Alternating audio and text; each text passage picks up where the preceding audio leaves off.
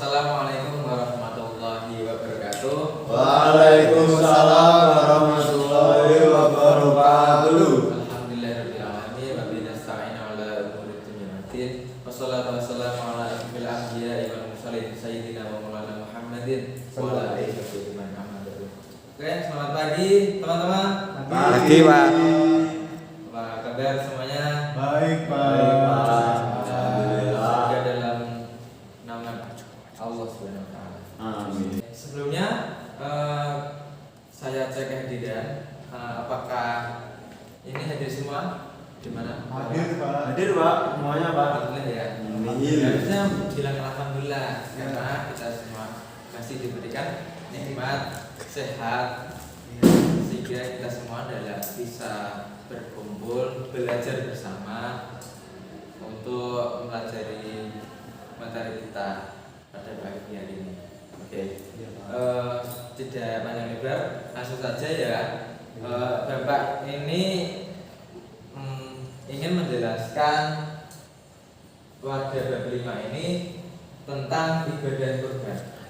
Sebelumnya dari teman-teman ada yang paham atau mengerti lah, sedikit mengerti tentang kurban? Gimana? Ada Mas Heri, gimana apa yang kamu tahu tentang Membeli hewan, Pak, sapi, membeli sapi. terus apa lagi ayo? Mendekatkan diri kepada Allah, Pak. Akan jadi benar semua. Ini kita lihat, ini ada seorang yang memotong hewan. Ini adalah hewan yang berbentuk hewan apa ini? Sapi. Sapi adalah termasuk hewan Kurban. Nah ini sebelum kejadian Kurban. sedikit mepet lah ya, sedikit mepet. Tinggal satu. Jadi saja ya, langsung saja lanjut selanjutnya. Oke, saya akan jelaskan pengertian kurban.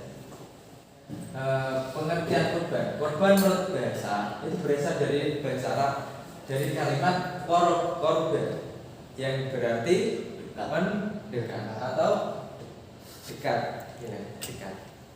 Sedangkan menurut syariat atau istilah, kurban berarti hewan yang disembelih dengan niat beribadah untuk mendekatkan diri kepada Allah Subhanahu wa taala dengan syarat-syarat dan waktu tertentu.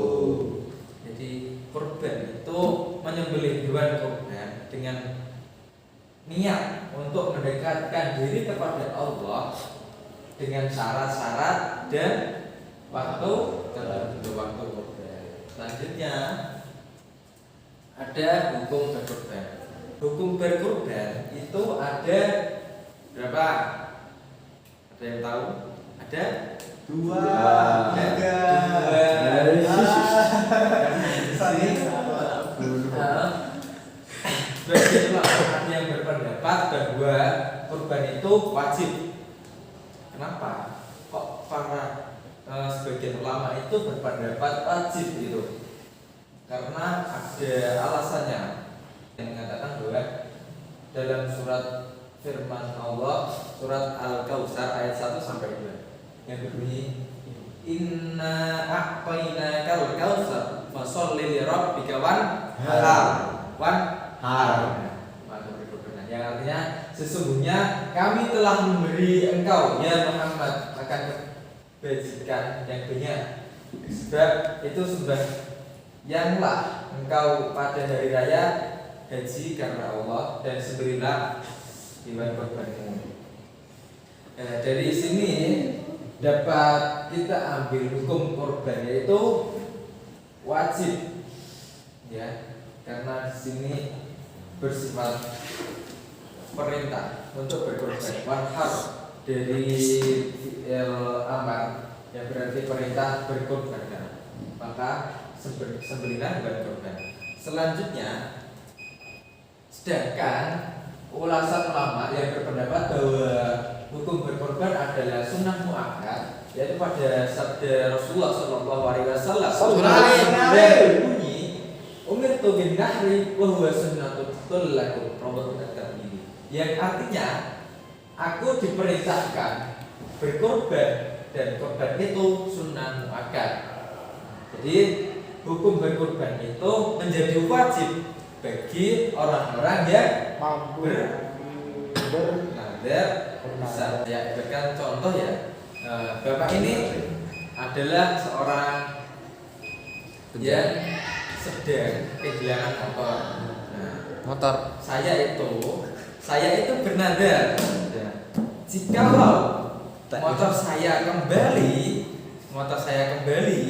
saya akan bernadar ingin berkurban pada tahun ini. Nah, maka saya itu wajib untuk melaksanakan kurban. Nah, apabila seorang membeli hewan dengan niat untuk berkurban, maka ia wajib menyembelihnya. Contoh, ini Mas Hilal itu sudah ada niatan membeli kurban dan dia punya uangnya dan dia rumah untuk niat membeli. Nah, maka diwajibkan untuk melaksanakan Kurban. kurban.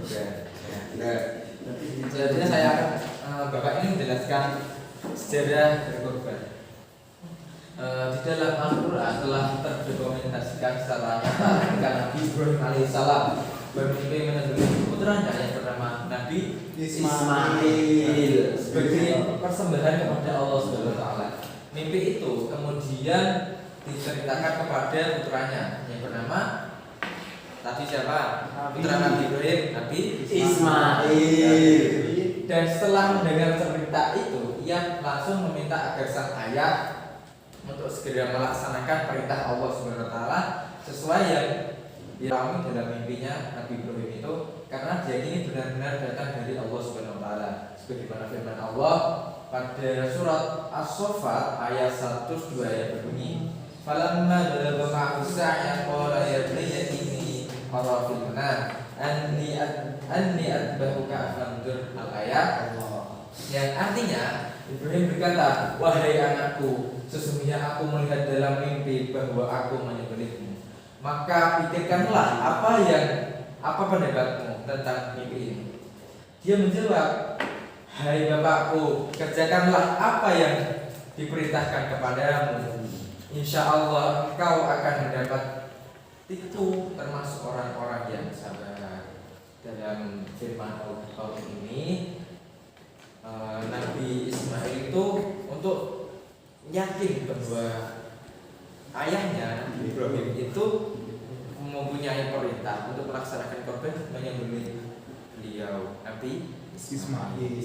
Berikutnya Nabi Ismail alaihissalam itu dengan segala keikhlasan hati menyerahkan diri, sudah siap, sudah Pak, ini saya serahkan untuk kau sembelih. Nah, menyerahkan diri untuk menyembelih oleh ayahandanya sebagai persembahan kepada Allah. Dan sebagai bukti ketaatan Nabi Ibrahim alaihissalam kepada Allah Subhanahu wa taala, mimpi itu dilaksanakan dan dilaksanakan. Antara penyembelihan segera dilaksanakan ketika tanpa disadari yang di tangannya ada seekor domba.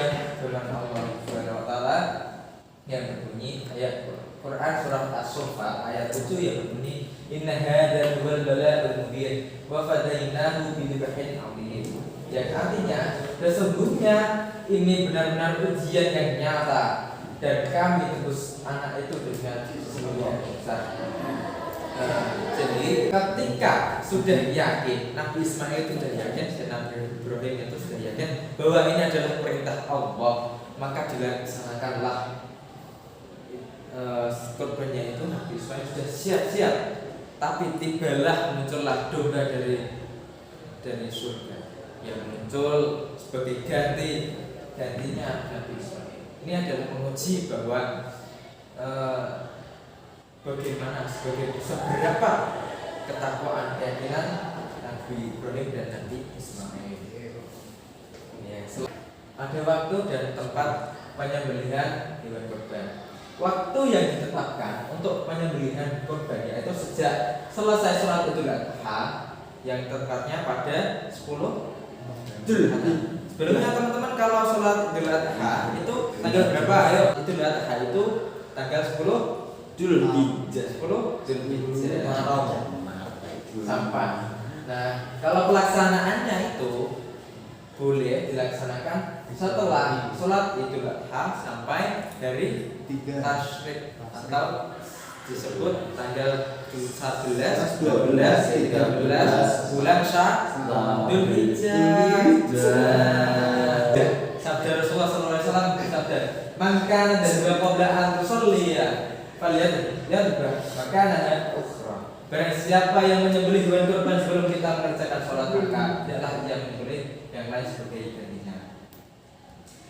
Dan dalil hadis yang kedua berbunyi kul ayam tasyrik dzabhun. Setiap hari tasyrik adalah waktu untuk Kurban. Pintar. Tempat penyembelihan sebaiknya dekat dengan tempat pelaksanaan Idul Adha. Dan ini sebagai sarana untuk syiar Islam. Seperti Rasulullah SAW. Karena Rasulullah SAW yasbuhul harbil musalla. Rawahu Tirmidzi. Nabi SAW biasanya menyembelih kurban di tempat pelaksanaan salat Id. Rawahu Bukhari. Itu riwayat Bukhari. Dan hari ini waktunya adalah setelah sholat Idul Adha sampai berakhirnya hari tasyrik. Nah, untuk pelaksanaan tempatnya itu diutamakan yang di dekat pelaksanaan sholat Idul Adha. Ketentuan hewan kurban. Hewan yang dijadikan kurban yaitu adalah hewan ternak. Allah, "Walikummatin ja'alna man sakariyatu wasmallahi 'ala ma taqarrum min bahimatil an'am." Dan bagi tiap-tiap umat telah kami syariatkan penyembelihan kurban supaya mereka menyebut nama Allah terhadap binatang ternak yang telah dirizkikan Allah kepada mereka. Hewan yang dimaksud adalah unta, sapi, kerbau, kambing, atau domba. Hewan-hewan tersebut dapat dijadikan hewan kurban dengan syarat telah cukup umur dan tidak cacat. Misalnya nih, kita sangat kurus, sangat kurus, cacat, ataupun sakit. Ketentuan cukup umur itu adalah domba sekurang-kurangnya berumur 1 tahun atau telah tanggal giginya sudah poel ya. Kalau istilah Jawa poel, yang kambing biasanya sekurang-kurangnya berumur 1 tahun. Untuk sekurang-kurangnya unta itu minimal berumur 5 tahun. Kalau sapi dan kerbau atau yang sebagainya sekurang-kurangnya itu berumur 2 tahun. Hewan yang boleh dikorbankan itu ada sapi, hewan ternak ya perlu digarisbawahi adalah hewan ternak.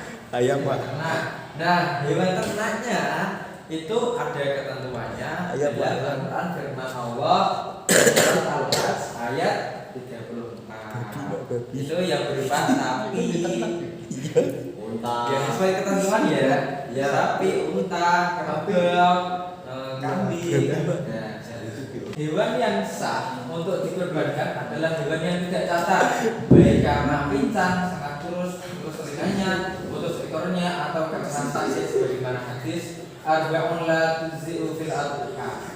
Awra'ul bayni awwaruha wal maridatul baynu maraduha wal arja'ul baynu dilahuha wal kasirul ladzi la Rawahu Tirmidzi. 4 hal yang tidak boleh ada pada hewan kurban yaitu pastikan ia sakit buta, pastikan ia sakit, pastikan ia pincang dan kurus sekali. Seekor kambing atau domba hanya untuk kurban 1 orang. Dalam ketentuannya hewan kambing, domba itu dikorbankan hanya untuk 1 orang. Sedangkan seekor unta, sapi dan kerbau itu masing-masing untuk 7 orang. Sabda Rasulullah, karena ada sabda Rasulullah SAW, nahrana ma'a Rasulillah sallallahu alaihi wasallam. Dan an sab'atin wal baqarata an sab'atin. Rawahu Muslim. Kami telah menyembelih kurban bersama-sama Rasulullah SAW pada tahun Hudaybiyah. Seekor unta untuk 7 orang dan seekor sapi untuk 7 orang. Oke. Telah sampai pada penghujung materi saya. Sebelumnya dari teman-teman ada yang masih belum dipahami terkait materi yang Bapak sampaikan, yaitu tentang kurban. Untuk mengingat-ingat materi tadi, ya bisa Oke. Yang pertama, hewan yang disembelih dengan niat berbeda untuk mendekatkan diri kepada Allah Subhanahu wa taala dengan syarat-syarat dan waktu tertentu disebut mati. D Pak kurban. Kita gila. Juga yang kedua lanjut saja ya. Hukum melaksanakan kurban bagi orang yang bernadar adalah Ya Pak. Saya Pak. Nah, siapa? B.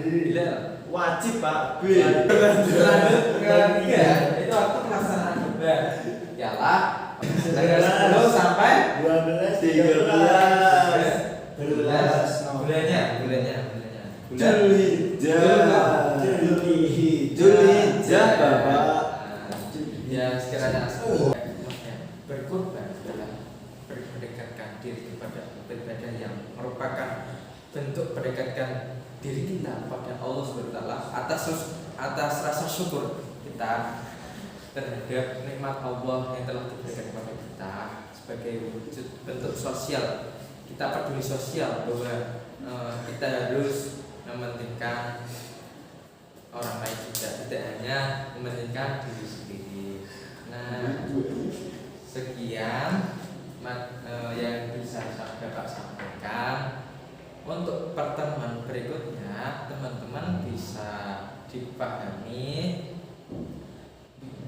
kembali materi tentang berkorban karena kemungkinan dalam waktu beberapa hari ini akan ada ujian tengah semester. Jadi teman-teman bisa disiapkan untuk pelaksanaan ujian tengah semester. Sekian dari Bapak, kurang lebihnya mungkin kalau ada kesalahan kata, tutur kata maupun ucapan yang tidak enak di hati teman-teman bisa dimaafkan ya. Sekian dari Bapak, sampai jumpa di pertemuan besok. Wassalamualaikum warahmatullahi wabarakatuh.